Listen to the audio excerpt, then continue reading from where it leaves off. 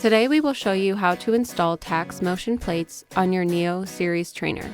For this video, we will be using a NEO 2T, but the process is the same for the NEO and NEO 2.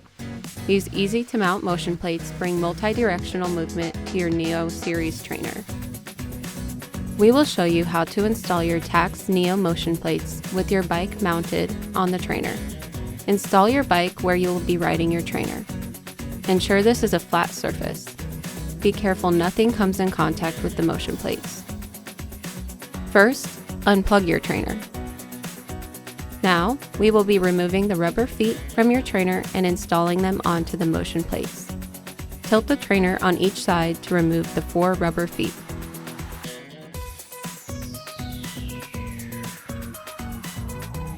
Next, place the rubber feet into the corresponding hole inserts on your motion plates. The motion plates have an R and an L on them indicating right and left.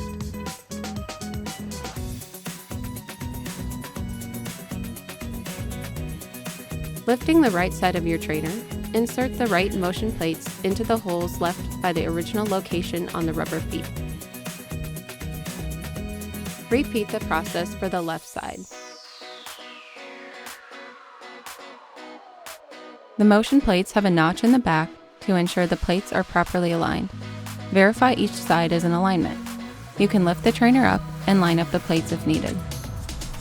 Make sure the trainer is freely moving on the plates when the installation is complete. Place the front wheel support under the front tire of your bicycle. Make sure you place the center of the wheel on the alignment arrows on the front wheel support.